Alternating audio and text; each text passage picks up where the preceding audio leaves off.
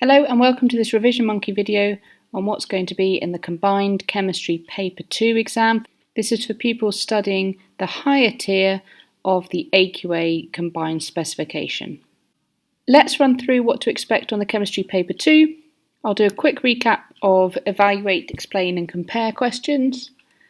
We'll have a look at calculations that you need to know because 20% of the paper will still be calculations. And we'll have a look at required practicals, which are 15% of the exam. And don't forget also lots of skills that we've covered before, things such as surface area to volume ratio, uncertainty, averages, including mean, median, mode, and tables and graphs are likely to come up as well. So have a look through the previous videos in paper 1 for those skills as well. Quick recap of what evaluate questions want you to do. They want you to give advantages, disadvantages and a justified conclusion to your answer. So these are often between 4 and 6 marks. So they won't tell you that, they just have the word evaluate. So you need to remember to put pros and cons of each thing and give your reason as to which is best and why. For compare, again it won't tell you, but it expects you to write similarities between two things as well as differences. And also explain questions, they want you to say why, so include as much scientific detail as possible when you're answering explain questions. So having a look at calculations, 20% of paper 2 is calculations. What you may or may not be aware is that equations that come up in topic C3 of chemistry paper 1 may also come up in chemistry paper 2, so it is worth looking over those calculations again.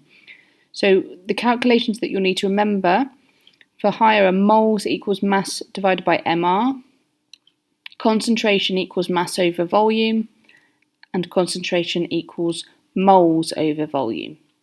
Remembering if you have a volume in centimetres cubed, to convert it to decimeters cubed you divide by 1,000, and uncertainty can come up on any paper, and that is equal to the range divided by 2. So brain dump those as you go in the exam because you might need them for paper 2 as well as paper 1. The required practicals that you need to be aware of are rate of reaction, analysis and purification of water, and paper chromatography.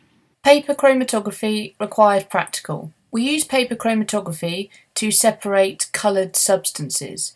So in this practical, you may be asked a question similar to the one above that says, do food dyes A and B contain chemicals that are in band dye X? So in this practical, we're going to separate 3 dyes, A, B, and another one called X, and we're going to compare the patterns at the end of the practical. In your exam, they might not talk about food dyes, they might be talking about inks or another random coloured substance, but the process is exactly the same. What you need to do to start off with is draw a horizontal pencil line around 2 centimetres from the bottom of a piece of chromatography paper. Do not use pen as this will smudge and spread up the paper. Pencil is insoluble so will not dissolve in the solvent. So this line here that we draw on must be drawn in pencil.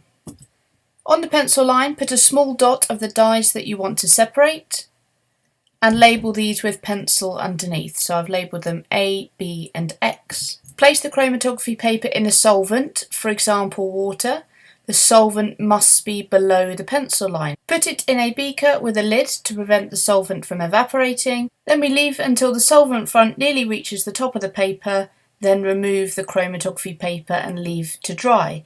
So the process of separating a substance through chromatography has 2 different stages. The paper itself is called the stationary phase, and when the inks are dissolved in the solvent, that is called the mobile phase.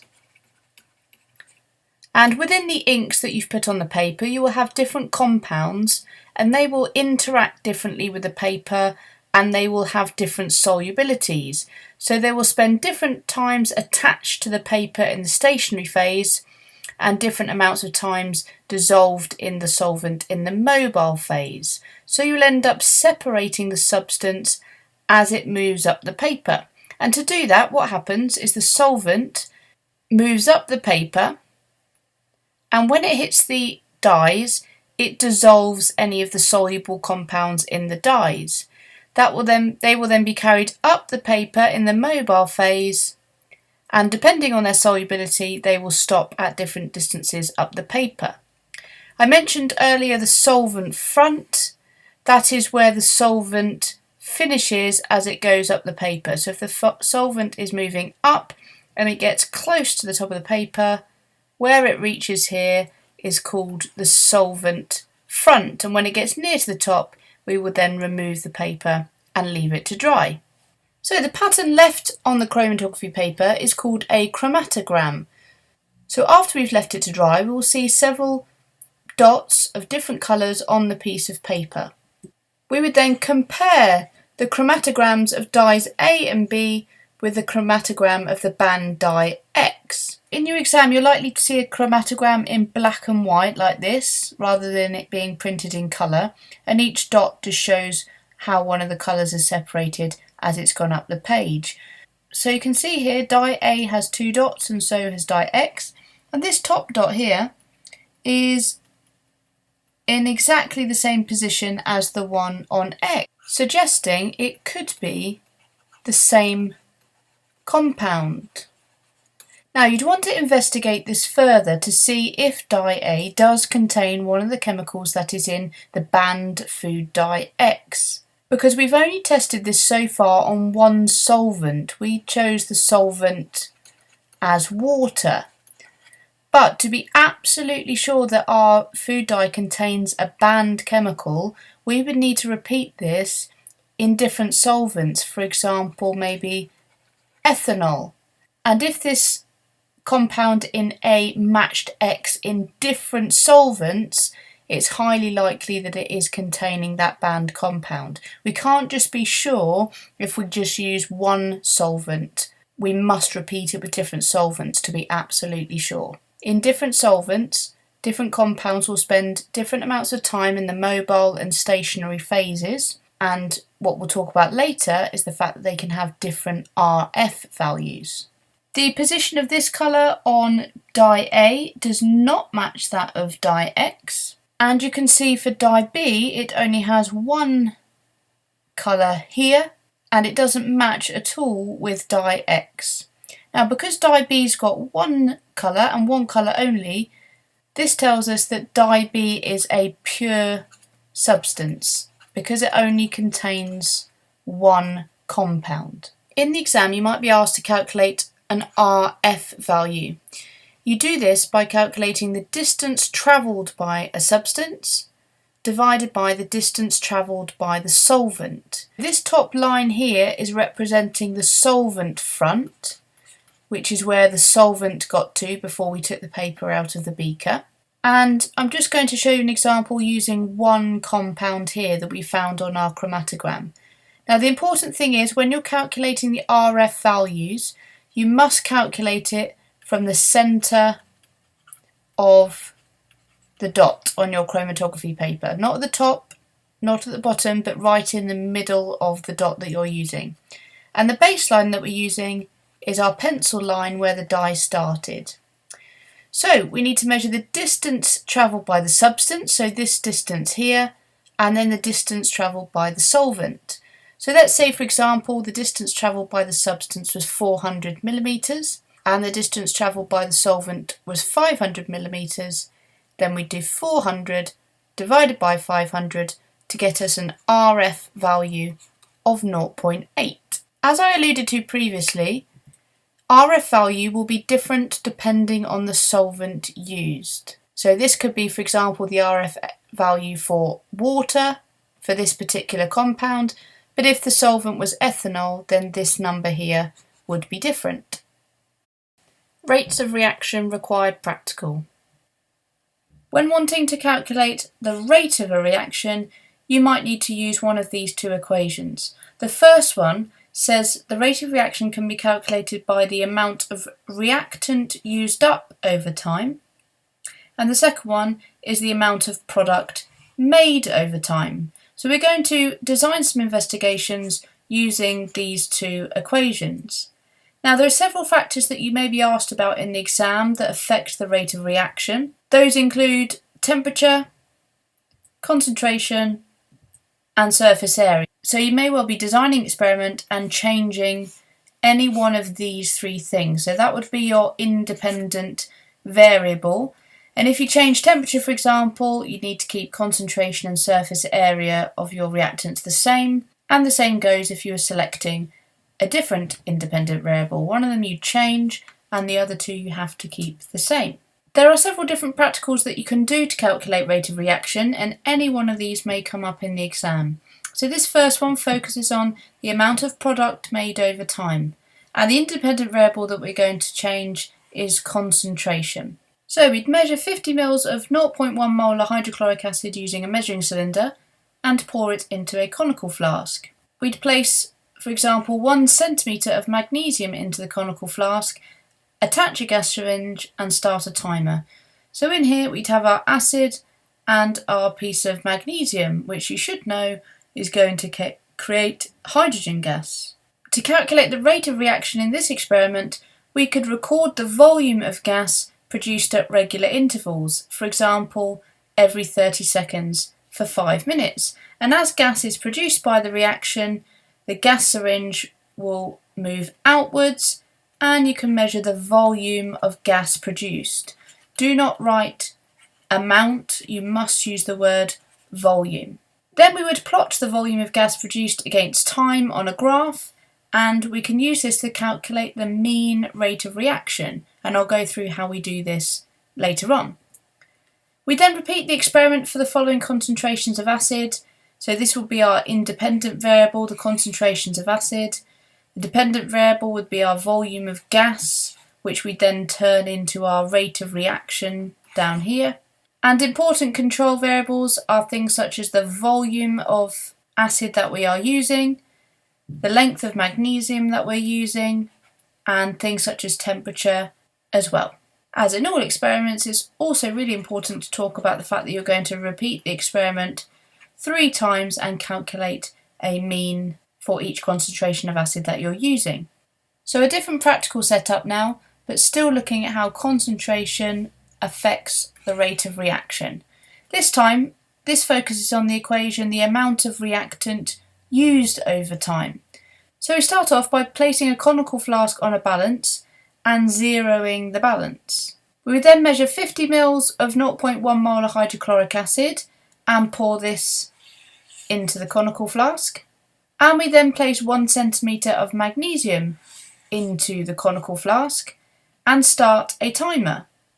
We take the initial reading on the balance as well, so we're starting off with a mass of 25 grams. Now again, we're using magnesium and acid, so we're producing a gas, and because we have no bung on the conical flask, that gas is going to be allowed to escape out of the conical flask. And in doing so, because mass is escaping from the system, the reading on the balance is going to go down. So to calculate the rate of reaction, we can record the mass on the balance every 30 seconds. So we'd wait 30 seconds, write down the new mass, another 30 seconds, again writing down the mass, and so on, and so on. And then we plot the mass against time on a graph, and we can calculate the mean rate of reaction. We'd repeat this experiment for the following concentrations of acid: 0.5 molar, 0.7 molar, and 1 molar, and as always is good practice, right at the end that you're going to repeat it 3 times for each concentration and calculate a mean. A third practical that you might see in your exam, again answering the same question, we're changing concentration and measuring the rate of reaction, is when you draw a black cross on a white tile or piece of paper and place a conical flask on top. We'd measure 50 ml of 0.1 molar hydrochloric acid using a measuring cylinder and pour that into the flask. And we'd also measure 50 ml of sodium thiosulfate using a measuring cylinder and pour that in the flask as well. So you can see at the moment when we've put the acid and sodium thiosulfate in, we can still see the cross because the solution is colourless. However, gradually over time, a precipitate will form to make the solution go cloudy, and at that point we will no longer be able to see the cross. So you can see now when the solution has gone cloudy, we can no longer see the cross, and we then record the time it takes for the cross to completely disappear. Obviously this is subject to error because different humans will have a different opinion on the exact time that the cross has disappeared. We'd repeat the experiment for the following concentrations of acid: 0.5, 0.75 and 1 molar. And for this one, because we're not measuring the amount of reactant used or the amount of product made over time, we're simply looking for the time it takes for a colour change, we could use the equation rate equals 1000 divided by time to calculate a rate of reaction for each concentration that we're using. So with the results of a rate of reaction experiment, you may well be asked to draw a graph or do some calculations using a graph that's provided to you. So let's look at this graph here first of all. This might be a graph that we might have drawn from the first experiment, whereby we were measuring the volume of gas produced over time. A few things about rate of reaction graphs to start off with then. The steeper the gradient, the faster the rate of reaction. So you can see this first section here is really steep. Then a shallower gradient here, so the rate of reaction is slowing down. And at this point here, where the graph starts to level out, the reaction has actually stopped. And we know that because if you read off the graph here, no more gas is being produced. So here are some common questions that you're asked. One here says, what is the mean rate of reaction? So to calculate this from the graph, you would find out the point where the reaction stopped, draw a line from the x-axis up to that point, and then a line across to the y-axis. And you would read off from the bottom the time that it took, so 15 seconds, because from 0 to here is 15 seconds, and the volume of gas produced in that time, from the 0 up to here, so 34 approximately. And then we would calculate that by doing 34 divided by 15, giving us an answer of 2.3 centimetres cubed per second. We always do the y divided by the x in our calculations, and we get the units for rate by reading them off the graph. Centimetres cubed divided by seconds is what we've done, so those are our units. They could also ask for a mean rate of reaction for a particular time point. For example, what is the mean rate of reaction between 4 and 12 seconds? And in that case, at time point 4, you draw a dotted line up and across to the y-axis. You do the same for 12, and then you would read off between those two sections. So between 4 and 12, we've got a time of 8 seconds. And between our two markers on the y-axis here, we have a volume of gas produced of 12.5 centimetres cubed. So to calculate the rate of reaction, again, we do the y divided by the x. So our y value is our 12.5 divided by our x value of 8 seconds. 12.5 divided by 8 gives us, for that section of the graph, a mean rate of reaction of 1.6 centimetres cubed per second. And finally, a calculation for higher tier only.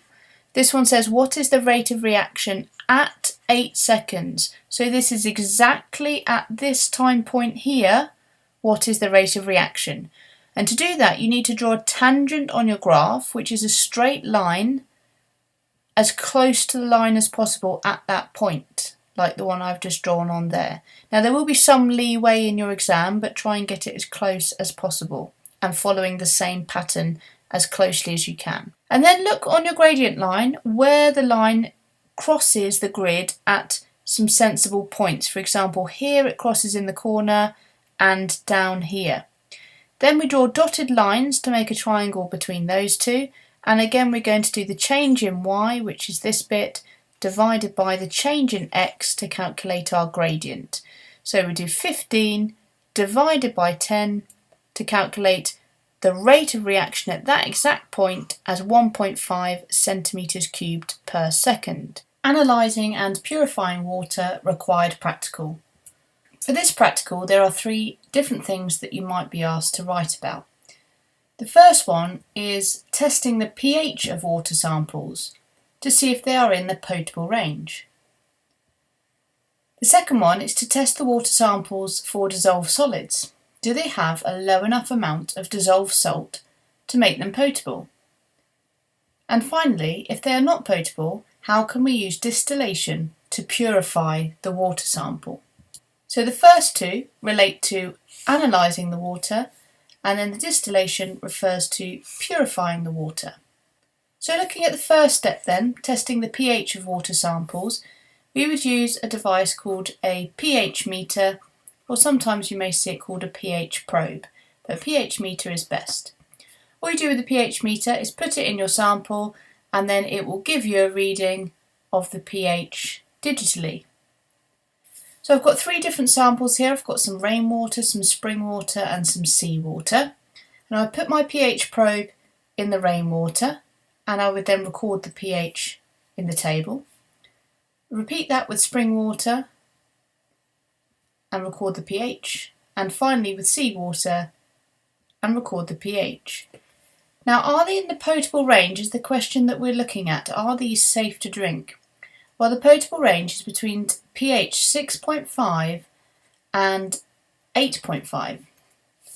So you can see here that the spring water and the seawater in these examples are within that pH range, so they could be potable, but the rainwater is too acidic. Okay, it falls below that pH range, so it is not considered to be safe to drink. But we don't yet know if it's potable or not, because it also has to have a low enough amount of dissolved salts and, of course, a low enough amount of microbes. The second part is then testing the water samples for dissolved solids. So we're going to look if they have a low enough amount of dissolved salt to make them potable. This is the equipment that we are going to use. We have a balance here. We've got our Bunsen burner on a heat-proof mat with a tripod and gauze. And then we have a beaker, and this beaker is just acting as a water bath. It's just full up with tap water, and on top of that you've got an evaporating dish, and that is where you are going to put your water sample in your evaporating dish. All this water is doing is just acting as a water bath that will gently heat the evaporating dish. It's much better and much safer to do it this way rather than putting the evaporating dish straight upon the gauze. You can also get electronic water baths that will do this as well, which you may see in an exam. So the method for this, we are testing to see if this water sample has dissolved solids in it. So we're going to record the mass, hence the balance, of an empty evaporating dish. We are then going to measure 5 millilitres of one of the water samples, for example rainwater, using a measuring cylinder, and add this to the evaporating dish. So we pop our small amount of water in our evaporating dish like so. We then heat gently over a water bath until all the water evaporates from the evaporating dish. Now, to do it safely in the lab, what you might do is allow most of the water to evaporate and then leave the rest to evaporate slowly. But once the water evaporates, you'll be left with none in your evaporating dish. And you will allow that to cool and then reweigh the evaporating dish.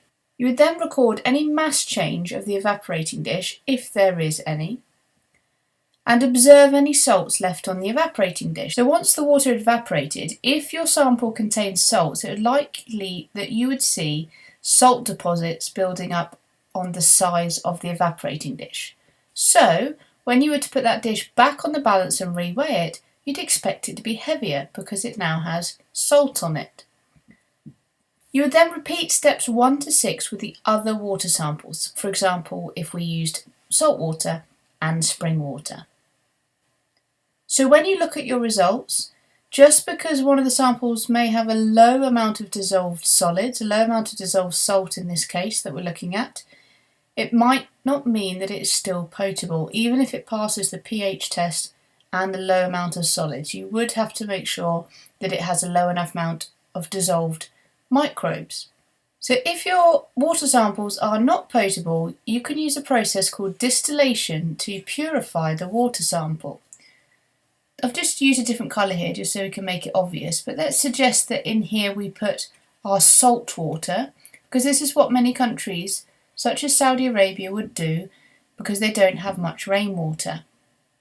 And this will allow them to access drinking water from their normally non-potable salt water. So the flask that we put this in is called a round bottom flask, and you would heat that flask normally using a water bath or perhaps using a Bunsen burner if you're doing it in the lab.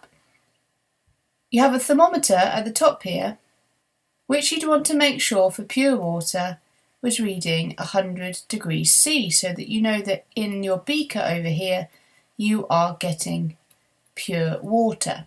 So as you heat the salt water, the water will evaporate and it should leave any salts behind in the round bottom flask.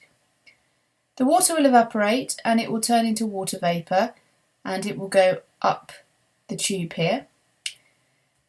This piece of equipment here is called the condenser, or you might see it written as the condensing tube. So the condenser is kept cold by this cold water going in and around the glassware. It doesn't mix with what's in the middle, it just goes around the glassware to keep it cool. And as the water vapour comes in here, it is then condensed into a liquid and then it will collect as pure water in the beaker. So in this purification process, we would test the pH of the water using a pH meter. We would neutralise it if we needed to by adding alkali if it's acidic or adding acid if it's an alkali. And we use a pH meter, not an indicator, to determine when it's neutral. Because if you're trying to purify a sample, there's no point adding an indicator like universal indicator in there because you're just contaminating it. And a pH meter is going to give you a much more accurate result. So then we pour the salty water into the distillation apparatus, and we said specifically it's the round bottom flask it goes in, and we heat it. And the distillation process, as discussed, will leave us with pure water in our beaker, and we would then just retest the pH at the end to check that it is neutral. Okay, moving on to some content then for Chemistry Paper 2, topics 6 to 10. A little bit more on rate of reactions first. Just looking at these graphs like we did before, you might have massive product over time. The time might not be in seconds, you might have it in minutes or hours, depending on how quickly the reaction takes. And you might need to identify which is the fastest rate. So we said before, the area on the graph with the steepest gradient is the fastest rate of reaction. So if you're describing it, let's look at line A here. This is the fastest rate of reaction at section 1. Then the rate of reaction slows down as the gradient gets shallower, and then it's a much slower rate of reaction, and then it stops again. So you could describe how the rate of reaction changes, or you might be asked to select the fastest rate of reaction out of 3 lines. In this case, that would be A. We said we come back to the catalyst. We said before that it provides an alternative pathway with a lower activation energy. That's the GCSE bit. You won't get all the marks if you just say that it speeds up a reaction. Remembering reaction profiles from paper 1, they may well creep into paper 2 as well, because you might need to show on there how a catalyst is providing an alternative pathway. If you remember before, the activation energy is this line here from the bottom of the reactants to the peak. So if we're drawing a line with a lower activation energy, you would draw a line on like so, lower than the previous line. So whether it's endo or exo, you do exactly the same thing. Reversible reactions are reactions whereby the reactants make products and then the products can react again to make the reactants. The symbol for reversible reaction is here, and you will have to be able to draw that in the exam. And one example that they talk about is in the specification is hydrated copper sulfate. That's got water in it. So think to yourself, the one that's hydrated with water is blue. And then that will break down into anhydrous copper sulfate. That's a posh word of just saying the water's gone. Okay, anhydrous copper sulfate, which is white, and water is released. So this reaction here, if you've just got one substance which you heat up and break down to form 2, The forward reaction here is called a thermal decomposition reaction. And if you ever see this kind of reaction, it means it's not reacting anything. It means you need to take in heat to break it down. So this one is endothermic, going in this direction, because it's taking in heat in a thermal decomposition reaction. And in a reversible reaction, if one direction is endothermic, the reverse has to be exothermic. Looking at organic chemistry then, let's start off with this general formula. This says CnH2n plus 2. This is the general formula for an alkane. What the N means, you probably use this in maths, it just means for any number of carbons, you will have double that plus 2 hydrogens. So for example, if we had 2 carbons, C2, we would have 2 times 2 plus 2, which would be 6 hydrogens, and that would be one formula of an alkane.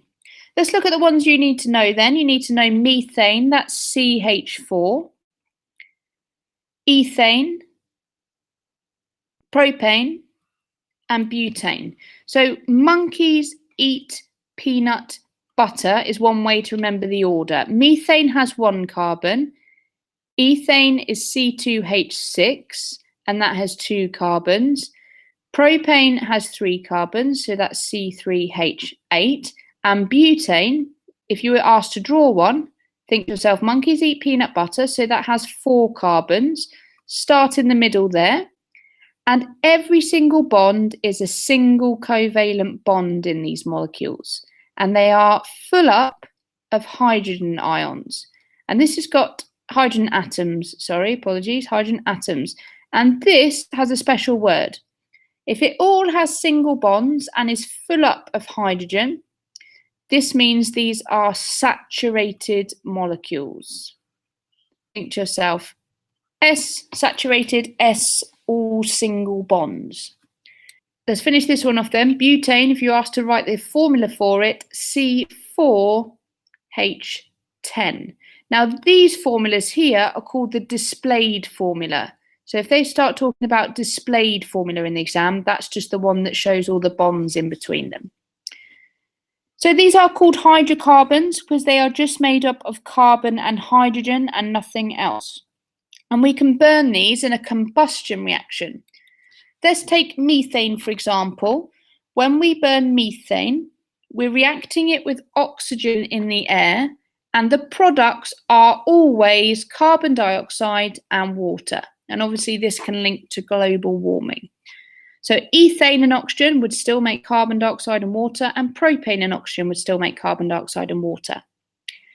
If there wasn't enough oxygen in our reaction, we would do something called incomplete combustion, which is not very good. It produces a really smoky flame. And let's say methane and oxygen, we'd still produce carbon dioxide and water as before, but with incomplete combustion, we'd also produce carbon, which is soot, so solid black carbon, and carbon monoxide, CO, carbon monoxide, and that's bad as well.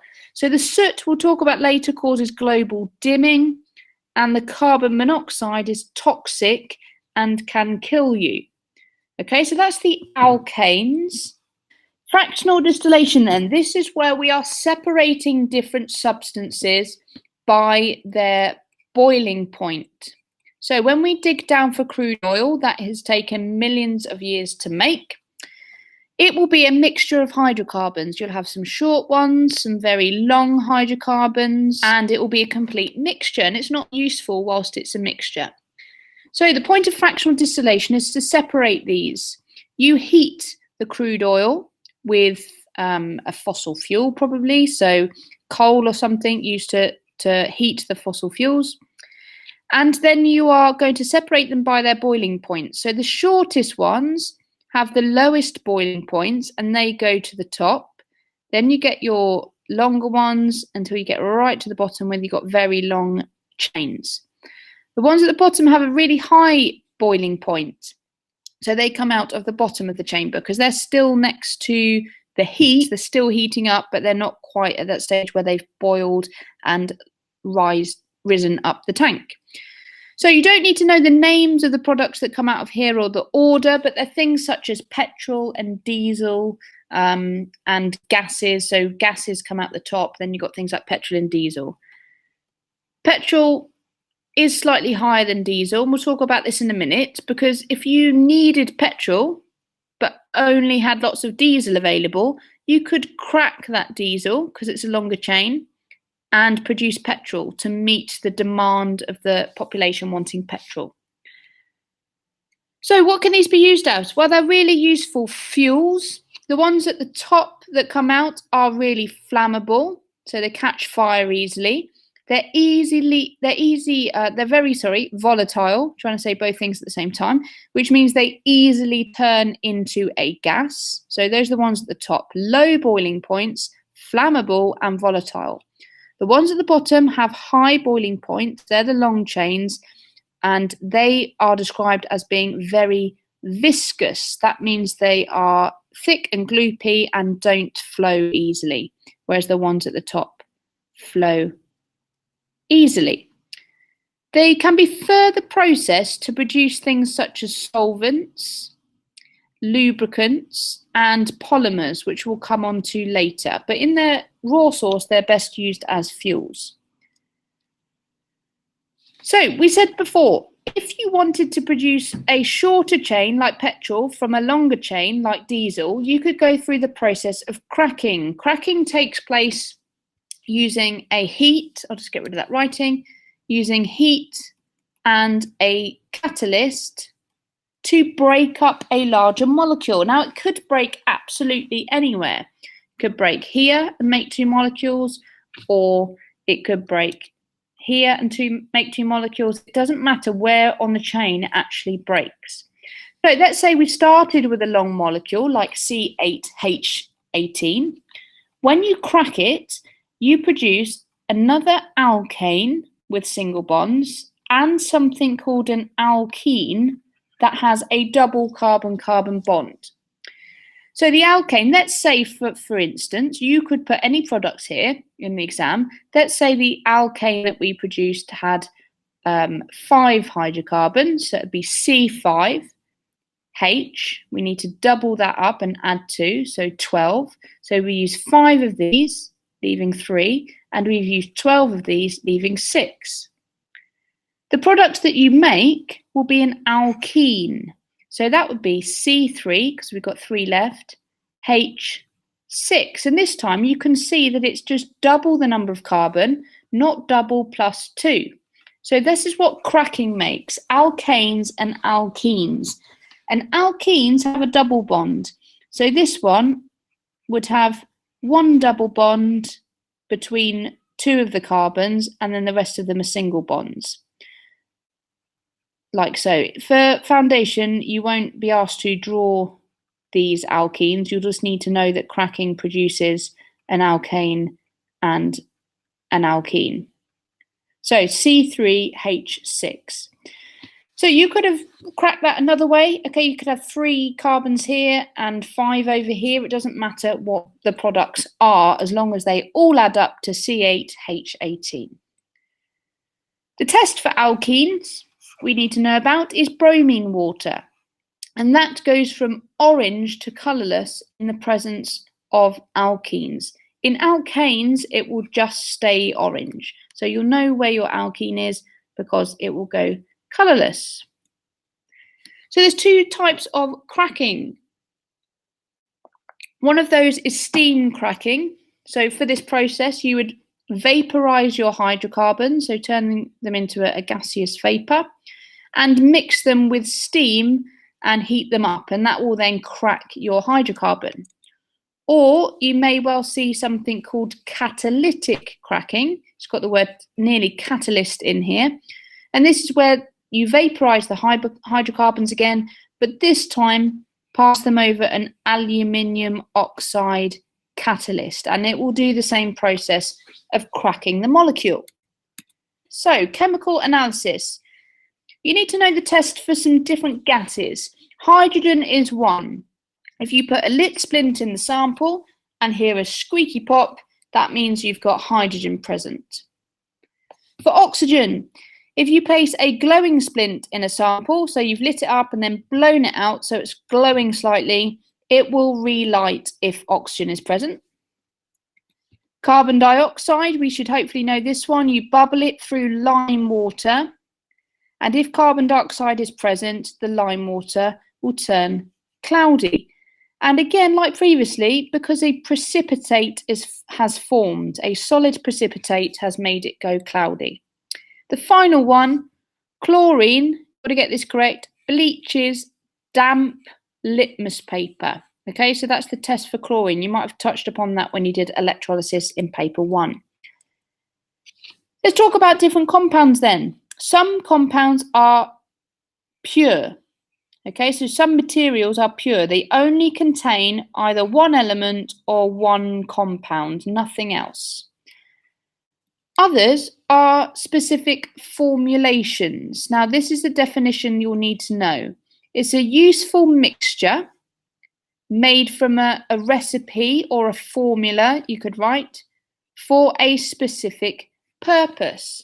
So, for example, paint is an example of a formulation. In paint, you've got the pigment in there, you've got the resin in there, the binder in there, and they are all in specific amounts to make that particular useful purpose.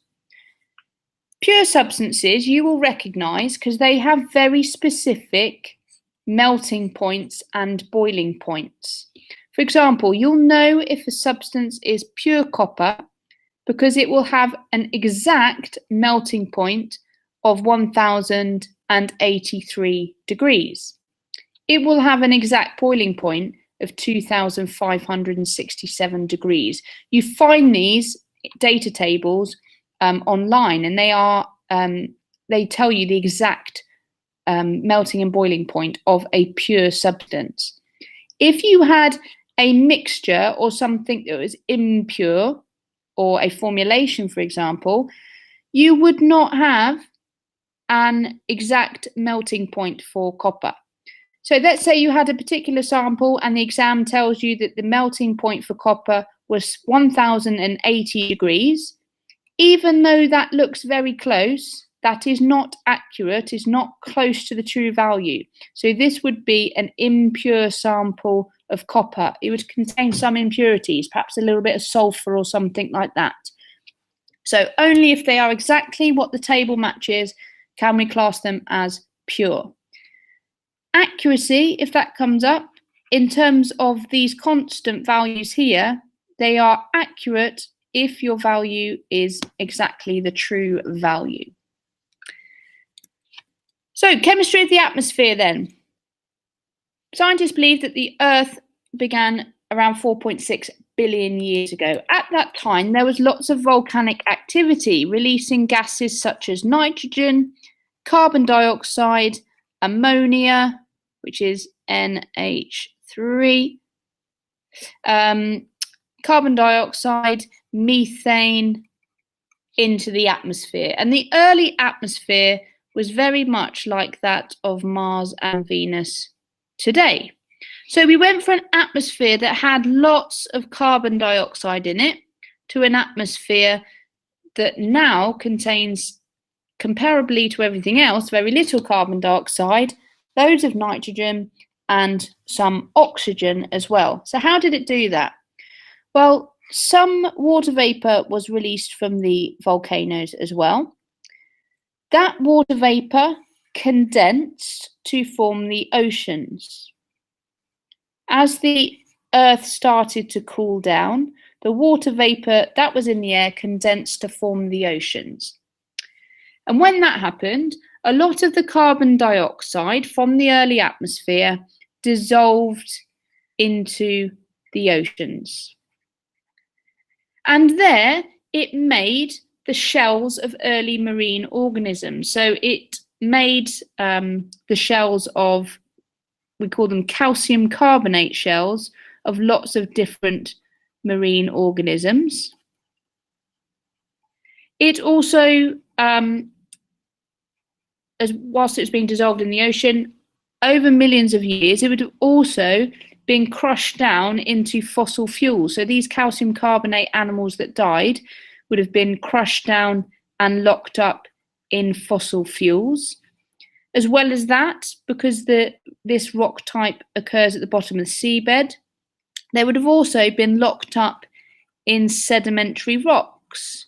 So you had a situation where you've got lots of carbon dioxide in the early atmosphere, but as it's getting dissolved in the oceans, it is getting locked up in fossil fuels, sedimentary rocks, and in the production of calcium carbonate shells. As well as that, before the animals came along, really, we had algae around 2.7 billion years ago. 2.7, sorry, my writing, billion years ago. We had algae forming and plants a little bit later on, and they took in the carbon dioxide in a process called photosynthesis, which you should be aware of. And in the process of photosynthesis, they took in the carbon dioxide and they released oxygen. So the levels of oxygen in the atmosphere started to rise, which sustained other life. Until we got the composition of the atmosphere as it is today, okay, which is 80% nitrogen, approximately, that's rounded up, 20% oxygen, again, that's rounded, because together they make 100%, but obviously we've got a few other gases. We've got carbon dioxide, 0.04%, and other gases like argon, water vapour, and things at less than 1%. So it's weird, but in the exam they will round these figures up and down normally, so it might not add up to 100% altogether. So an atmosphere of mostly carbon dioxide, dissolved in the oceans, made sedimentary rocks, fossil fuels, dissolved, made the carbonate shells of animals, and then taken in by photosynthesis, oxygen released, and we end up with the atmosphere like it is today. So chemistry of the atmosphere continued then. We're going to look at global warming. We touched on this in biology, so hopefully you'll remember my way to remember it, which is the soot sun produces the soot shortwave radiation, and that can go through the greenhouse gases, which provide a blanket around the Earth. So these are things like carbon dioxide, the first one, methane, and the lesser known one is water vapor. So always write carbon dioxide first and then methane and water vapor. So the shortwave radiation goes in, but all of the objects on the Earth absorb that radiation and reflect it back into the atmosphere. But this time, as it goes out, it is now long wave radiation. And that doesn't just go straight through the greenhouse gases. Some of it does, but some of it is absorbed and re-radiated back to Earth. So that is what is causing the global warming. The shortwave radiation goes in, it's reflected off of the Earth as long wave radiation, and the greenhouse gases absorb and re-radiate that back to Earth, causing a warming effect. Now, we need that to some effect to sustain appropriate temperatures for life on Earth. But however, carbon dioxide levels are going up as well as other greenhouse gases, and that means more long-wave radiation is being re-radiated, causing a warming effect. This is causing many consequences, including increased flooding, sea levels rising, changes in species distribution. So some animals are becoming extinct in different areas of the world because they can't adapt to the changing conditions, or they might move places. Okay, so this is meaning they're perhaps migrating away and moving to different areas. Increased frequency of extreme weather, so hurricanes and tornadoes and things like that. So there's a few of the consequences. And it's important that we all consider our carbon footprint, because it's the carbon dioxide levels that are going up. Our carbon footprint is the amount of carbon dioxide and other greenhouse gases released over the full life cycle of a product. So this could be anything from a company making a mobile phone. You could be talking about your own carbon footprint in your day-to-day life. You could be talking about the carbon footprint of a festival, a music festival, for example, and it's the total CO2 that's released. So it's in things such as transport to and from a place. It's in things such as fossil fuels and burning fossil fuels to generate electricity for certain things, etc., and how those can be cancelled down. For example, many people are reducing eating meat, okay? And at the same time, they might be eating perhaps vegetables or fruits that come from far away in the world. So if you're eating perhaps avocados from somewhere exotic, they might be traveling on a plane and releasing lots of fossil fuels. So food itself will have its own carbon footprint. So that's something important to consider as well. Let's look at the main pollutants then. These are the links, and you'll see tables like this in the exam. Carbon dioxide, I want you to always link to global warming, as well as the other greenhouse gases. Solid particulates, for example, we talked about soot or carbon being produced in incomplete combustion, cause global dimming. They sit as a layer in the atmosphere and reduce the amount of sunlight going through. Sulfur dioxide. Now, this is such a common thing in paper 2 to talk about sulfur. Might link into the purity of fuels.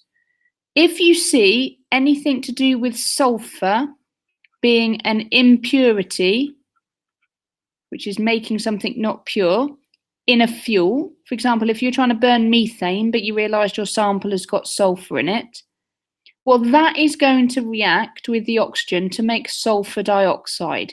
So whenever you see sulfur, link to acid rain. And in fact, as well as sulfur dioxide, nitrogen oxides also cause acid rain. But these ones take place within a car engine. Okay, so very specifically, always put acid rain, but these take place within a car engine at very high temperatures. So we said before that 80% of the atmosphere is nitrogen. So if that goes in your car engine and reacts with oxygen, it can produce nitrogen oxides. It doesn't happen normally, like there's loads of nitrogen and oxygen in the air. They're not reacting normally, but they need really high temperatures. Both of these two can cause respiratory problems, so breathing problems as well. Carbon monoxide we came across earlier, CO, just one oxygen. That is toxic and it can kill people. Okay, it's called the silent killer because it's odorless, you can't smell it, and if your boiler at home is doing incomplete combustion because one of the pipes is blocked and it's not getting enough oxygen, you will be producing carbon monoxide, and that is toxic and can kill you. So we're going to look at using resources. So the first thing we're going to look at is a life cycle assessment. You can do this for any product that you are interested in. Again, something like a mobile phone. The company might be asked by the government or by the supplier to produce a life cycle assessment for that. So first of all, there's 4 factors. Raw materials. So these are things like, what are you using to make the phone? So it's all of the process involved in, for example, making the plastic. So for this one, you might be extracting crude oil, and you need to think about what effect that has on the environment. You might be using machinery to do that, which is burning fossil fuels and releasing carbon dioxide as you're doing that. You may well have to cut down trees to get to an area to mine it, for example, for the gold, for the connections that you're going to use within the electrical circuit of the phone. So there's loads of things that you can think about that will affect the environment when you're looking at the raw materials for the phone. The manufacturing and the packaging. So in all of these processes, they often involve some sort of factory which you need to power by burning fossil fuels to generate electricity. Again, that's going to be releasing carbon dioxide. It could also, if it's got sulfur impurities, be releasing sulfur dioxide, causing acid rain. And where's the packaging coming from? Where are you sourcing that from? That could link into deforestation again. Are you cutting down trees to generate your packaging?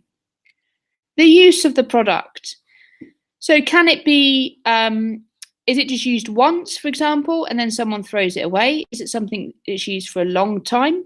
When they're using it, are they needing to charge it up using electricity, again, burning fossil fuels and all of these things? So this is thinking about when the product is being used by the consumer.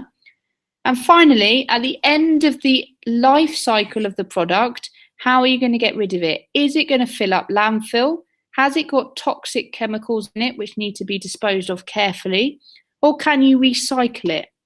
So all of this process is showing the effect on the environment of that single product.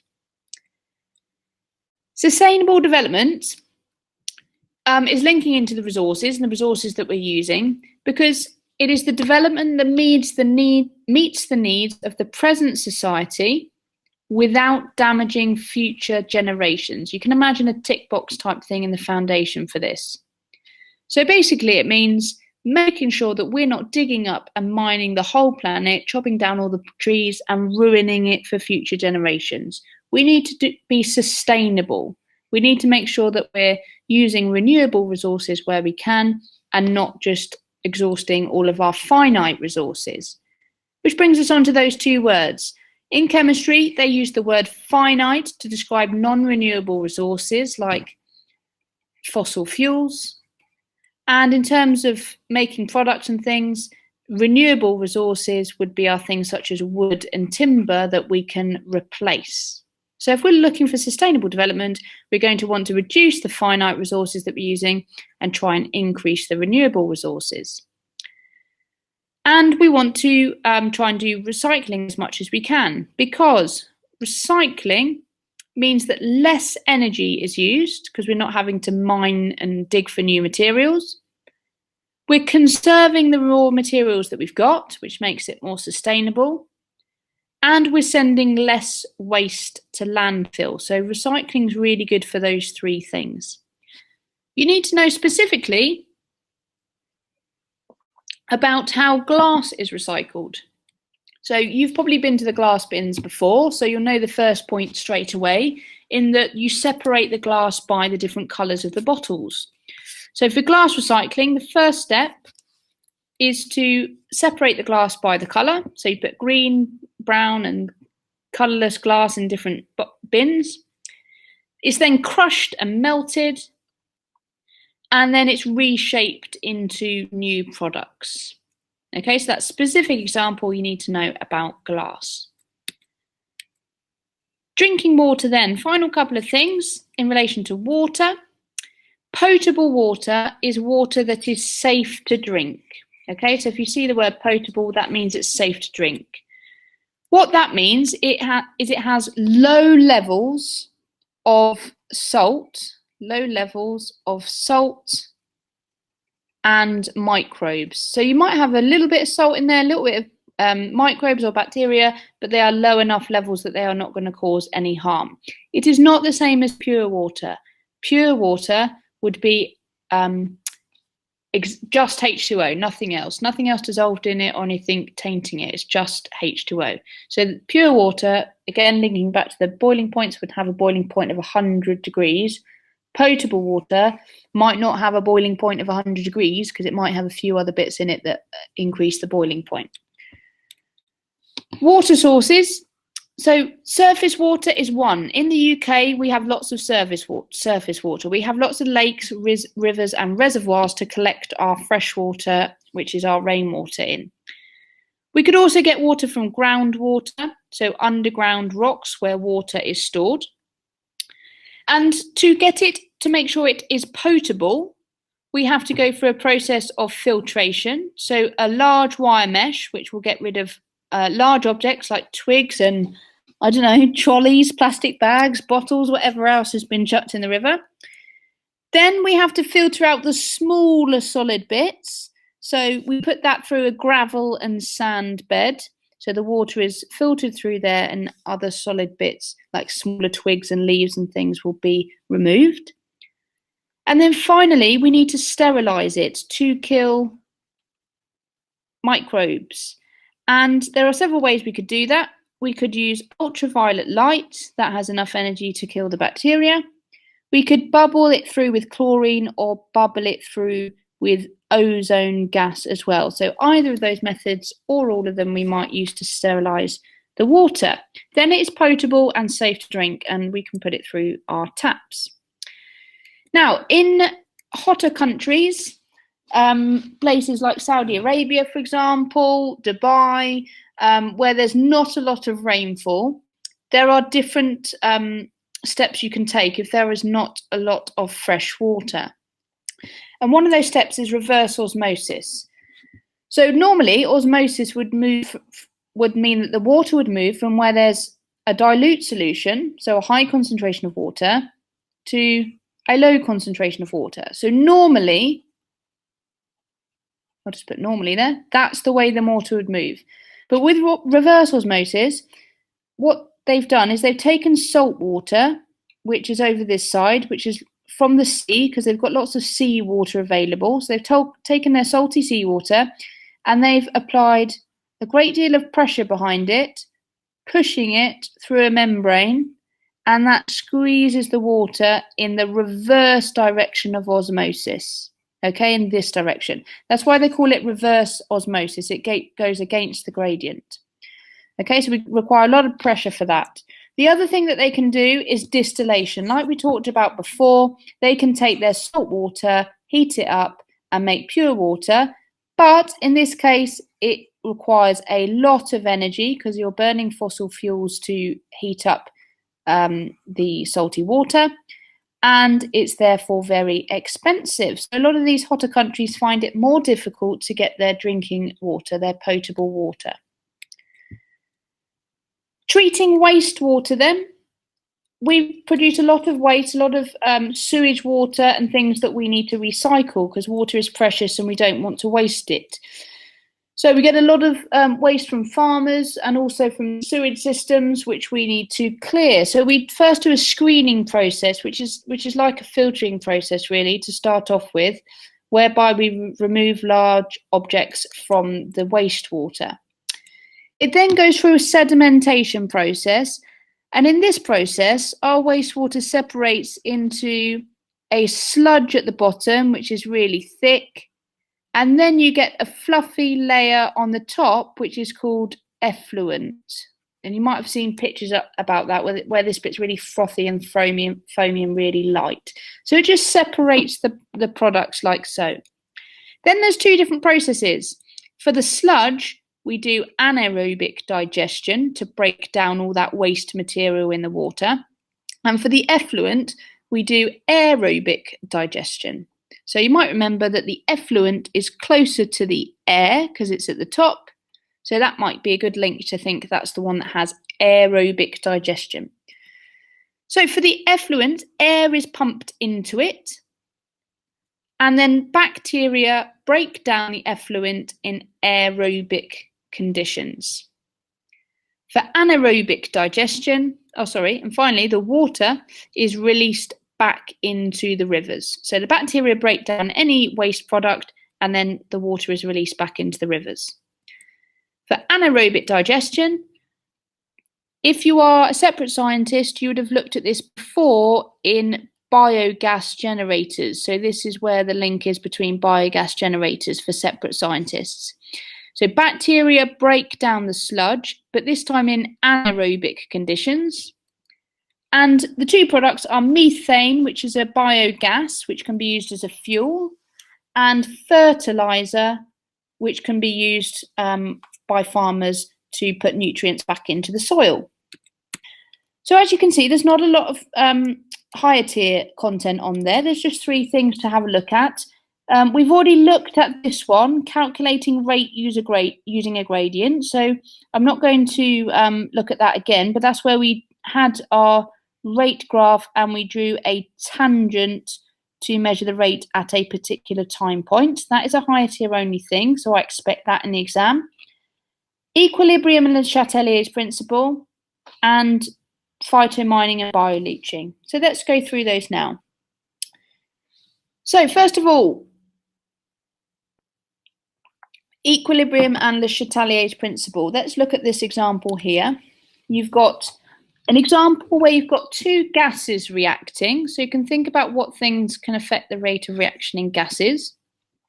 We've got nitrogen reacting with hydrogen in a reversible reaction to produce ammonia. And for separate scientists, this is also the equation for the Haber process. So Le Chatelier's principle says that when conditions of a reversible reaction change at equilibrium, the system will respond to counteract that change. And there's several changes that could happen. You could increase the pressure if you're talking about a gaseous system, you could increase the temperature, or you could increase the concentration. So just look carefully at the system that you've got. If this wasn't involving gases, you wouldn't be talking about increasing the pressure. Let's look at concentration first of all. Imagine if you're looking at acids or something like that reacting in a reversible reaction. If you increase the concentration of reactants, so everything on this side of the equation, the system will respond by making more products. Because you've increased the concentration of reactants, the system wants to decrease the reactants again. And in doing so, it makes more products. So the reactants react together and make more products. So if you increase the concentration of these, more ammonia would be used, for example. The equilibrium would shift to the right, so you produce more ammonia, and that would counteract that change because then the concentration of the reactants would go down again. If you're looking at temperature, this will depend on which way is endothermic and which way is exothermic. Normally in the exam, they will help you out by telling you in the question. If not, you might need to look out for it. And the way to look out for it is if there's one product this side, that will be broken down in a thermal decomposition reaction. For that one, you need to take in energy, so that's endothermic in that direction, and in the opposite direction, it's exo. But if in the exam they had two products here, they would give you a hint as to which one was exo and which one was endo. So for temperature, if you increase the temperature, it will favour the endothermic reaction because this is a thermal decomposition reaction,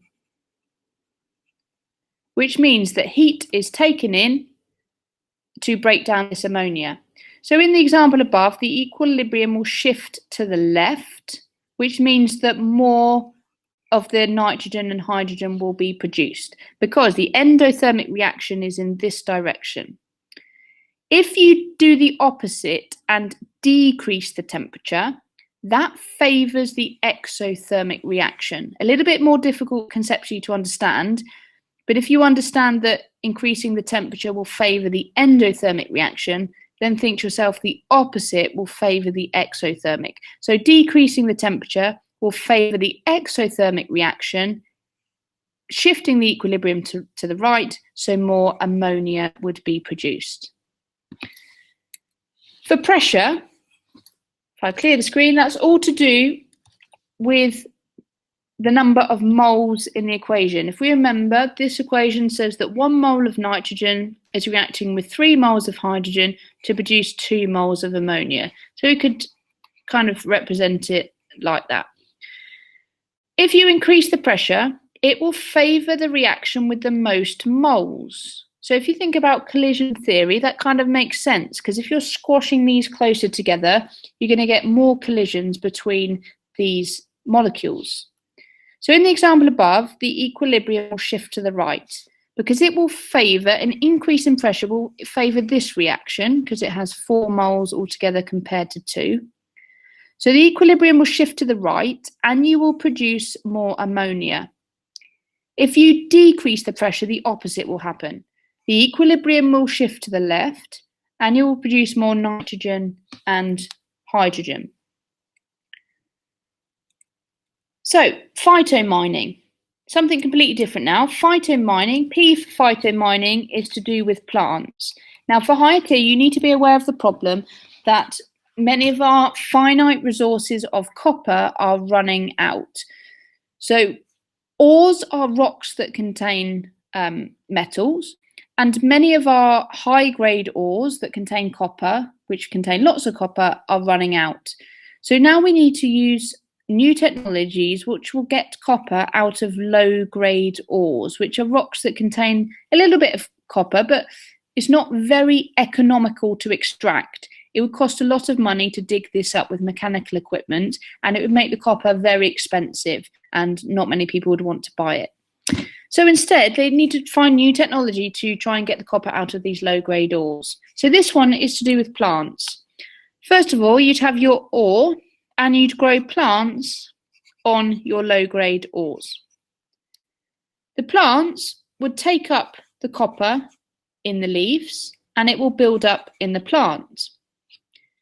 You will then burn the plants and harvest them, so set fire to them, or cut them, harvest them, dry them out, and then burn them. And then you would end up with some ash which contained copper.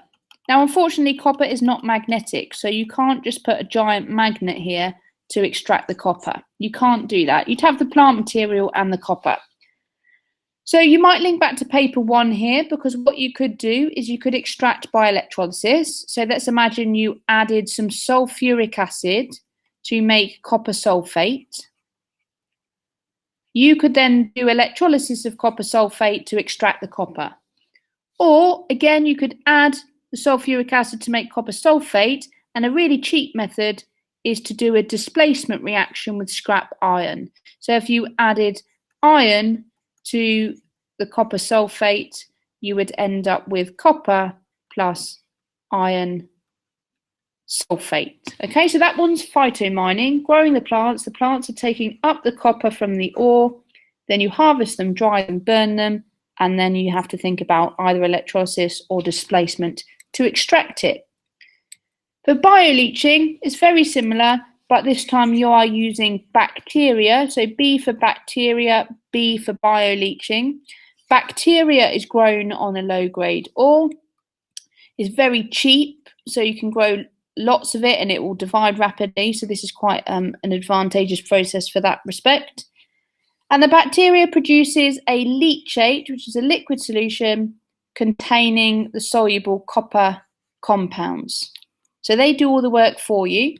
And then again, you can extract it by electrolysis or displacement. So you don't need to know this process in a lot of detail.